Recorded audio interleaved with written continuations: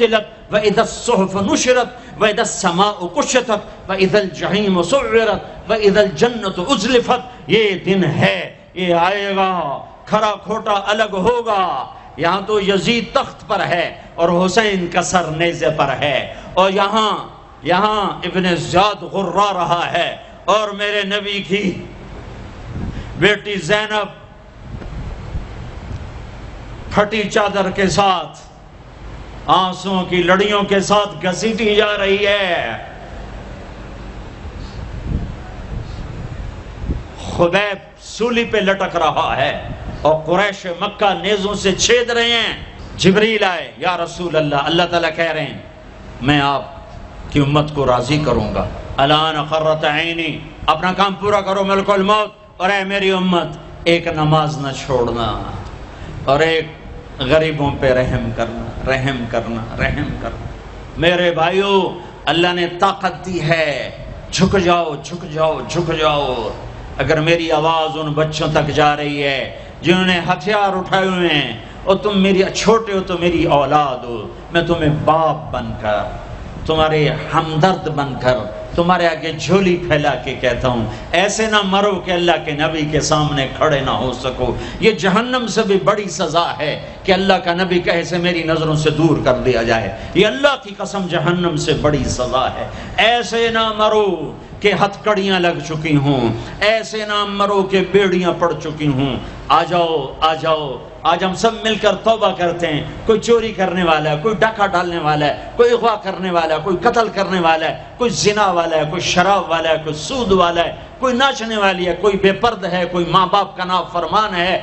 آج جمعہ ہے، جمعہ گزر گیا ہے، پہلا عشرہ ختم، دوسرا عشرہ شروع ہو گیا. اللہ کی رحمتوں کے در کھلے ہوئے ہیں، جنت کے دروازے کھل چکے ہیں، جہنم کے بند ہو چکے ہیں، شیطان قید ہو چکا ہے. اللہ کا عرش پہلے آسمان پر ہے، اور اللہ روزانہ کہہ رہا ہے کوئی توبہ والا ہے تو آ جائے، کوئی توبہ والا ہے تو آ جائے. ایک آدمی نے 99 قتل کیے بنی اسرائیل میں. پھر ایک عبادت گزار سے پوچھا 99 قتل ہو چکے ہیں، توبہ ہوگی؟ کہ نہیں ہوگی. انہوں نے کہا اسے بھی قتل کر دیا. 100. پھر ایک عالم سے پوچھا 100 قتل کیے ہیں، توبہ ہوگی؟ کہا بیٹا کیوں نہیں ہوگی، لیکن ایک شرط ہے، توبہ پکی ہو. یہ شہر گندا ہے، یہ چھوڑ دے. وہ شہر نیک لوگوں کا ہے، وہاں جا کے آباد ہو جا. معاف کہنے کہ مجھے معافی مل جائے میں ہر چیز چھوڑ دوں گا. اپنا بوریا بستر اٹھایا اور چل پڑا. راستے میں موت آئی. جب موت نے جھٹکا دیا تو اس نے چھلانگ لگائی آگے کی طرف، تو وہ یوں گرا، یوں، اس کے ہاتھ یوں اور پاؤں یوں گرا. تو اللہ تعالیٰ نے یہ قصہ ہم تک پہنچانے کے لیے دونوں فرشتوں کو چھٹی دے دی. جنت کا فرشتہ بھی آ گیا، دوزخ کا بھی آ گیا. دوزخ کا فرشتہ کہنے لگا ہمارا مجرم ہم لے جائیں گے.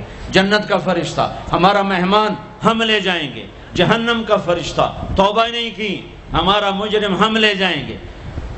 جنت کا فرشتہ ہمارا مہمان توبہ کر چکا ہے، گھر سے نکل پڑا ہے، ہم لے جائیں گے. جہنم کا فرشتہ ابھی اس بستی میں پہنچا نہیں ہے، ہمارا مجرم ہے. جنت کا فرشتہ پہنچنا ضروری نہیں ہے، نیت ضروری ہے.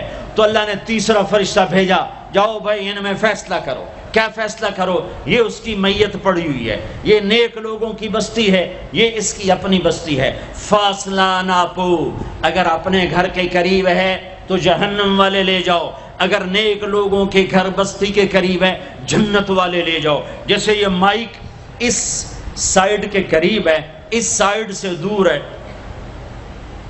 یہ یہاں گرا پڑا پانی، یہ یہاں گرا پڑا تھا، گھر کے قریب تھا اور نیک لوگوں کی بستی سے دور تھا. جب ناپنے لگے تو اللہ نے ادھر کی زمین کو کہا سکڑ جا، اور گھر کی طرف کی زمین کو کہا پھیل جا.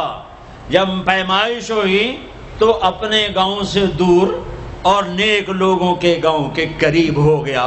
تو اللہ نے فرمایا چلو ہمارا مہمان ہے جنت.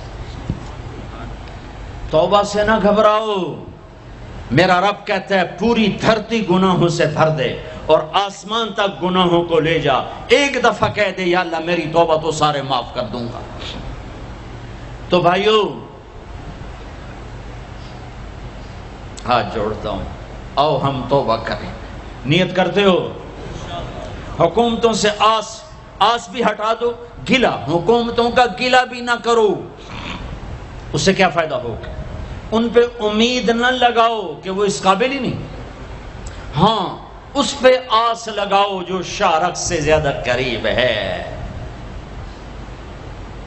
اس کو وسیلہ بناؤ جس کا وسیلہ رب موڑتا نہیں، کلمے کا جز بنایا ہوا ہے۔ معراج پہ جب آپ گئے تو آپ نے پوچھا یا اللہ ابراہیم آپ کے خلیل